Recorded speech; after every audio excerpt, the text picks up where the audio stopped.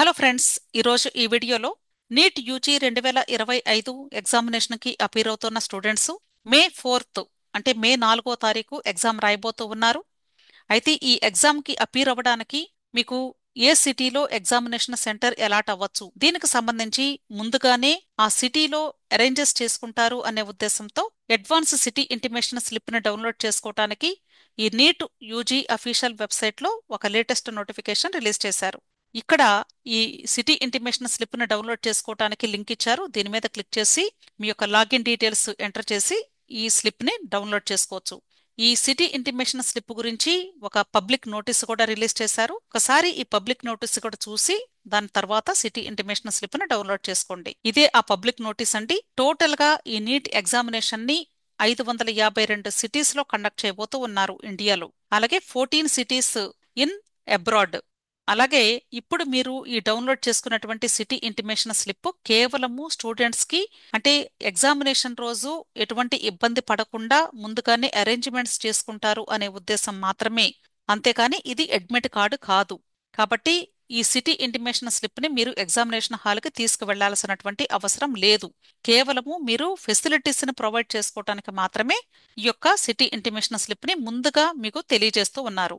అంటే ఏ ఊర్లో మీకు సెంటర్ రావచ్చు అనేది. అంతేకాని ఆ ఊర్లో ఏ కాలేజీ ఏ స్కూల్లో రావచ్చు అనేది మనకి ఇప్పుడే తెలియదు. అది కేవలము అడ్మిట్ కార్డ్ రిలీజ్ అయిన తర్వాత మాత్రమే తెలుస్తుంది. ఇప్పుడు ఈ సిటీ ఇంటిమేషన్ స్లిప్ ని డౌన్లోడ్ చేసుకోవడానికి ఈ నీట్ అఫీషియల్ వెబ్సైట్ లోనే క్యాండిడేట్ యాక్టివిటీ అని ఉంటుంది.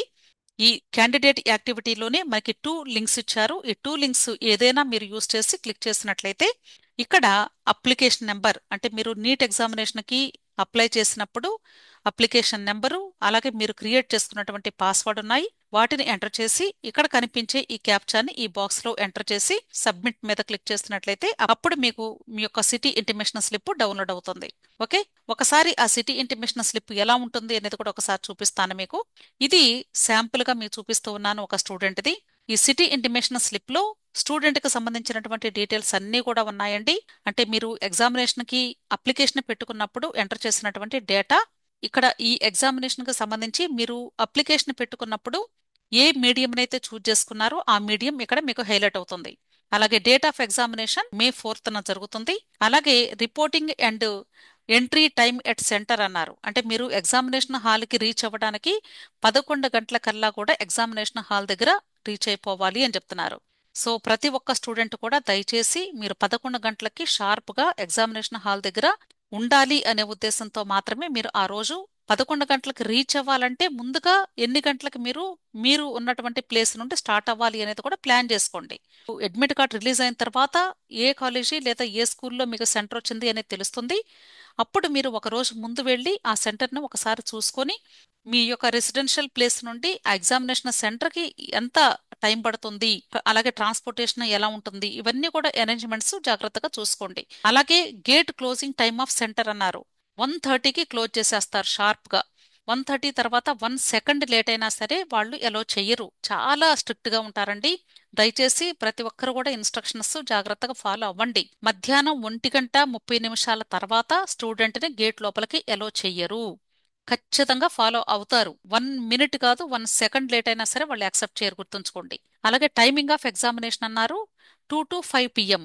అంటే మధ్యాహ్నం 2 గంటల నుండి 5 గంటల వరకు ఎగ్జామినేషన్ జరుగుతుంది. అలాగే సిటీ ఆఫ్ ఎగ్జామినేషన్, ఇక్కడ ఈ స్టూడెంట్ కి హైదరాబాద్ సిటీ సెంటర్ వచ్చింది కాబట్టి హైదరాబాద్ అని ఉంది. అలాగే మీకు ఈ సిటీ సెంటర్ ఎక్కడొచ్చిందో అది దాన్ని బట్టి మీరు అరేంజ్మెంట్స్ చూసుకోండి. అలాగే స్టేట్ ఆఫ్ ఎగ్జామినేషన్ తెలంగాణ, అంటే ఈ స్టూడెంట్ తెలంగాణ స్టూడెంట్ కాబట్టి తెలంగాణ అని వచ్చింది. మీరు ఏ స్టేట్ వాళ్ళైతే ఆ స్టేట్ నేమ్ ఉంటుంది. అర్థమైంది కదా. ఇక్కడ కొన్ని ఇన్స్ట్రక్షన్స్ కూడా ఇచ్చారండి. అంటే అడ్మిట్ కార్డు మీద మరలా రిపీట్ చేస్తారు ఇన్స్ట్రక్షన్స్, అయినా సరే ముందుగానే మీరు అరేంజ్ చేసుకుంటారు అని ఇచ్చారు. ఎగ్జామినేషన్ సెంటర్ దగ్గరికి మీరు 11 గంటల కల్లా ఖచ్చితంగా చేరాలి అని చెప్తున్నారు. అలాగే 1:30 తర్వాత, అంటే 1:30 తర్వాత గేట్ క్లోజ్ చేస్తారు. ఆ తర్వాత ఎట్లాంటి పరిస్థితుల్లో కూడా స్టూడెంట్ ని లోపలికి అలో చెయ్యరు. నెక్స్ట్, అందరి ఎగ్జామ్ కంప్లీట్ అయిపోయేంత వరకు ఎగ్జామినేషన్ హాల్ నుండి స్టూడెంట్స్ ఎవ్వరు కూడా బయటికి రావడానికి వీల్లేదు. ఒకవేళ 2 అవర్స్ ఎగ్జామ్ రాసి 1 అవర్ మిగిలిపోయినా సరే అక్కడే కూర్చోవాలి. అంతేకాని ఎగ్జామినేషన్ హాల్ దాటి బయటికి రావడానికైతే లేదు. అందరు ఎగ్జామ్ కంప్లీట్ అయిపోయాక అందరి పేపర్స్ వాళ్ళు కరెక్ట్ చేసుకున్న తర్వాత మాత్రమే, అప్పుడు ఇన్విజిలేటర్ చెప్పినప్పుడు మాత్రమే మీరు బయటకు రావాల్సి ఉంటుంది. అలాగే మీకు ఇప్పుడు ఎగ్జామినేషన్ సెంటర్ అంటే సిటీ మాత్రమే ఇప్పుడు మనకు తెలిసింది. ఆ తర్వాత మీకు ఏ కాలేజ్లో లేదా ఏ స్కూల్లో మీకు సెంటర్ రావచ్చు అనేది తెలుస్తుంది.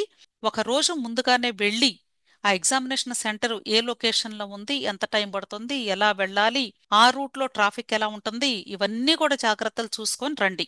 Next, candidates are advised to bring the updated copy of their Aadhaar card to the centre అన్నారు. అంటే స్టూడెంట్ యొక్క ఆధార్ కార్డ్ మీద ఫోటో చిన్నప్పటిది ఉంది అనుకోండి, అది వాళ్ళు యాక్సెప్ట్ చెయ్యరు. రీసెంట్ గా తీసుకున్నటువంటి ఫోటో ఖచ్చితంగా ఉండాలి అని ముందుగానే ఇన్స్ట్రక్షన్స్ ఇచ్చారు. ఎందుకంటే స్టూడెంట్ ఎగ్జామినేషన్ హాల్కి వెళ్ళినప్పుడు అక్కడ కూడా ఫోటో తీస్తారు. అక్కడ రియల్ టైం ఫోటో ఇప్పుడు ఆధార్ కార్డ్ మీద ఉన్నటువంటి ఫోటోతో మ్యాచ్ అవ్వాలి అని చెప్తున్నారు. ఇన్స్ట్రక్షన్స్ ముందుగానే అసలు నోటిఫికేషన్ రాకముందే ఇచ్చారు కాబట్టి అందరూ అప్డేట్ చేసుకున్నారు ఆధార్ కార్డ్ని. ఒకవేళ చేసుకుని వాళ్ళు ఉంటే దయచేసి ఇమ్మీడియట్గా చేంజ్ చేసుకోండి.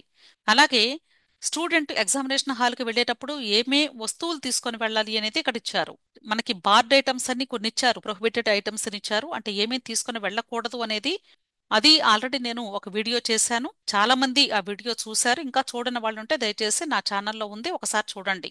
ఇప్పుడు మీరు ఎగ్జామినేషన్ హాల్కి వెళ్ళేటప్పుడు కేవలము ఏమేం తీసుకొని వెళ్ళాలి అనేది మాత్రమే ఇక్కడ లిస్ట్ ఇచ్చారు. ఫస్ట్ వన్ వచ్చేసి ఏ పర్సనల్ ట్రాన్స్పరెంట్ వాటర్ బాటిల్ అన్నారు. అంటే స్టూడెంట్ వాటర్ బాటిల్ అంటే దాని మీద ఎటువంటి లేబుల్స్, స్టిక్కర్స్, పెయింట్స్, ఏ మార్కింగ్స్ కూడా ఏమీ లేకుండా ట్రాన్స్పరెంట్ గా వాటర్ కనిపించేలాగా ఉన్నటువంటి అంటే బిస్లరీ లేదా కెన్లే ఎట్లాంటి వాటర్ బాటిల్స్ ఉంటాయి. జస్ట్ మనం use and throw type of water bottles ఉంటాయి, అవి మాత్రమే తీసుకుని వెళ్ళాలి. నెక్స్ట్ సెకండ్ వన్ వచ్చేసి additional photograph same as uploaded on application form to be pasted on attendance sheet అన్నారు. మీరు అప్లికేషన్ ఫామ్ ఫిల్లింగ్ చేసినప్పుడు ఏ ఫోటోనైతే అప్లోడ్ చేశారో అదే ఫోటోని ఒక ఎక్స్ట్రా కాపీ మీరు ఎగ్జామినేషన్ హాల్కి వెళ్ళేటప్పుడు తీసుకొని వెళ్ళాలి. అంటే పాస్పోర్ట్ సైజ్ ఫోటోగ్రాఫ్ ఒకటి తీసుకొని వెళ్ళాలి. అది ఎగ్జామినేషన్ హాల్కి వెళ్ళినప్పుడు అక్కడ అటెండెన్స్ షీట్ మీద సిగ్నేచర్ చేసి దాని మీద ఈ ఫోటోని అంటిస్తారు. Okay. Next, admit card to be issued separately along with self declaration undertaking with post card size photograph affixed on the designated space downloaded from the NTA website. Admit card మీకు examination ముందు ఒక 3-4 days ముందు download చేసుకోవడానికి available గా ఉంటుంది link. అప్పుడు admit card download చేసుకున్న తర్వాత దానిపైన సెల్ఫ్ డిక్లరేషన్ అని ఉంటుంది లేదా అండర్టేకింగ్ అని ఉంటుంది. అక్కడ పోస్ట్ కార్డ్ సైజ్ ఫోటోగ్రాఫ్ ని అంటించడానికి ఒక రెక్టాంగులర్ బాక్స్ మీకు అవైలబుల్ గా ఉంటుంది.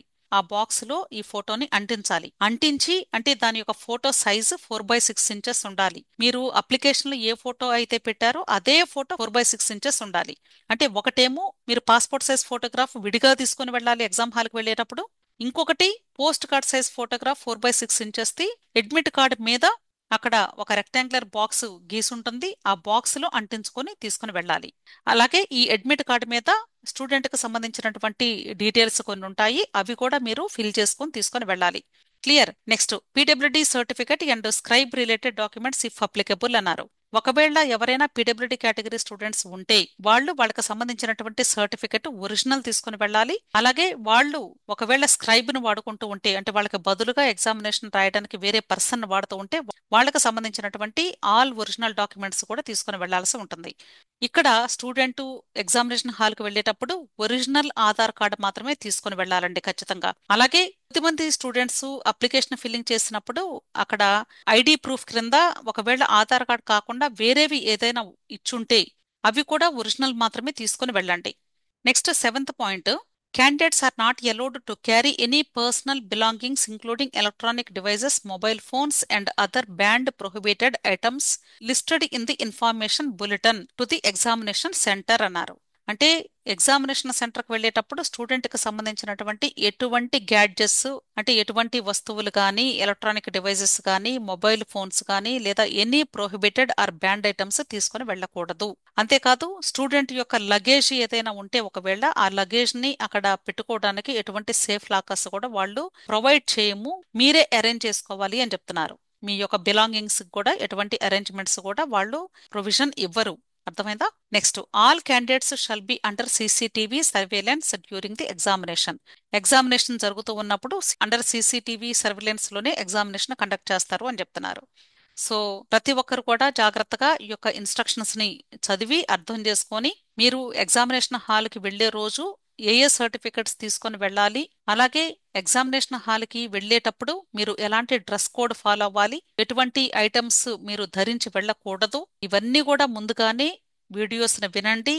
సో ఇప్పుడు మీరు చేయవలసింది ఫస్ట్ ఈ సిటీ ఇంటిమేషన్ స్లిప్ ను డౌన్లోడ్ చేసుకొని ఆ సిటీ ఇంటిమేషన్ స్లిప్ మీద ఉన్నటువంటి ఆ సిటీకి మీ ఊరు దగ్గర నుండి లేదా మీ యొక్క రెసిడెన్షియల్ ప్లేస్ నుండి ఎన్ని గంటల ప్రయాణం పట్టొచ్చు. ఒకవేళ దూరం అయితే ముందుగానే ఒక రోజు ముందుగానే ఆ యొక్క ఎగ్జామినేషన్ సెంటర్ దగ్గరకు వెళ్ళి మీరు అక్కడ స్టే చేసి మీ పిల్లల్ని ఎగ్జామ్ రాయించడానికి ముందుగానే అరేంజ్మెంట్స్ చూసుకుంటే మంచిది. అంతేకాని దయచేసి ఎవ్వరూ కూడా అంటే మే 4న ఎగ్జామ్ అయితే మీరు మే 3న టికెట్స్ బుక్ చేసుకొని నైట్ జర్నీ చేసి నెక్స్ట్ డే మార్నింగ్ అంటే మే 4న ఎగ్జామినేషన్ హాల్కి స్టూడెంట్ని తీసుకొని వెళ్ళొద్దు.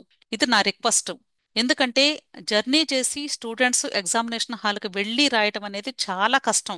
ఇది సమ్మరు, అంతేకాకుండా అసలు నీట్ ఎగ్జామ్ అంటేనే స్టూడెంట్స్ కొంచెం అంటే భయపడుతూ ఉంటారు.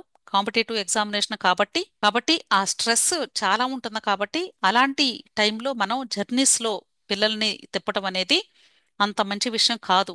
వీలైతే అంటే 100% స్టూడెంట్స్ కూడా మీకు ఏ ఊర్లో ఇప్పుడు సిటీ ఇంటిమేషన్ స్లిప్లో ఏ సిటీ అయితే మీకు అలాట్ అయ్యిందో ఆ సిటీలో ఒక రోజు ముందుగానే వచ్చి అక్కడ స్టే చేయడానికి అరేంజ్మెంట్స్ చూసుకోండి. దయచేసి ఇది నా రిక్వెస్ట్ అండి. ఎవ్వరు కూడా ఎగ్జామ్ ముందు రోజు నుండి స్టూడెంట్స్ని ట్రావెలింగ్లో పెట్టద్దు. సో ప్రతి ఒక్కరికి అర్థమైంది అనుకుంటున్నాను. ఈ విషయాలన్నీ కూడా జాగ్రత్తగా గుర్తుంచుకొని మీ యొక్క ఎగ్జామినేషన్కి అరేంజ్మెంట్స్ జాగ్రత్తగా చేసుకోండి. విష్ ఆల్ ది బెస్ట్ అండి. వీడియో నచ్చితే లైక్ చేయండి, మీ ఫ్రెండ్స్ కూడా షేర్ చేయండి, అలాగే నా ఛానల్ తప్పకుండా సబ్స్క్రైబ్ చేసుకోండి. Thank you.